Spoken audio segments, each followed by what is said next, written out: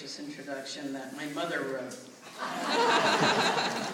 She didn't quite get everything in there that she wanted to, but no, thank you, and thank you for just being so welcoming, and the college being so welcoming. I've really appreciated that. And thank you, Superintendent Tolliver and Principal Parks. I learned in my career that principal and superintendent, I was principal of 2 different schools, are the positions, except for teacher, where you can really make an impact on families, on kids. The vision of a superintendent makes all the difference, because then you can impact the whole system. And obviously, as a principal, you're very close to the families and the students. And you know, as a principal, I felt that that was a direct impact. I could make a direct impact. I also want to thank Dave Fredrickson for his persistence and graciousness in working through a very tough schedule here at the college and just in general. And I commend all of you for wanting to reach beyond the gates. It has been great to have had the opportunity over the last 24 hours or so to interact with a number of people in the community, especially those who were part of the Dropout Prevention Summit in 2009. And having had dinner with the educators last night, Dean Beck, that was a wonderful experience. I learned a lot.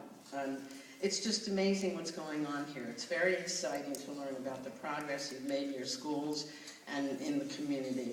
And I commend you for everything that you're doing and going beyond the gates already. And I think going beyond the gates is such a wonderful thing, because that is what it will take if you are to ensure that students thrive and are truly ready for college and workforce. I believe that your investment in the education of children in San Joaquin County is the single most important investment you can make towards building strong communities here. But I think you already know that. I just have to, it bears repeating. My own experience taught me that education is the gateway to opportunity in our society. And in fact, that a quality education is itself an opportunity that should not be taken for granted. When I see students who are trapped in failing schools, I realize that the only reason they are in this situation is due to their zip code, their powerlessness to change their condition, and the lack of opportunity they have been afforded to be transported beyond their circumstances. And that's where you come in. You can make a difference and an impact in that student's life who is trapped. Earlier this year, I attended a meeting where Secretary of Education Arne Duncan spoke of an opportunity gap. He said that he believed we would not have academic or achievement gaps among our students if we could close the opportunity gap.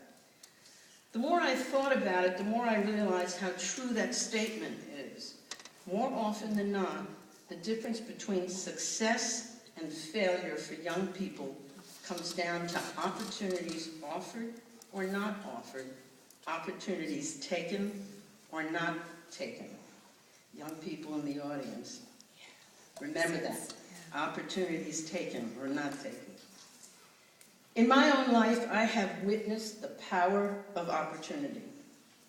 A child of immigrant parents, perhaps like a number of you in the audience, my parents came to this country with little means, but rich in hope and seeking the American dream. I grew up in a bilingual, bicultural world in the inner city of New York. My parents worked day and night in distant locations to make ends meet, which essentially meant I was raised by my aging grandmother. Because I was born in America and thought of myself as American, having to converse with my grandmother in Spanish sometimes was embarrassing to me. It made me feel different from my peers. Like many children I have come to know over the years as an educator, I experienced a profound disconnect between my world at home and the world I knew at school. They were completely out of sync.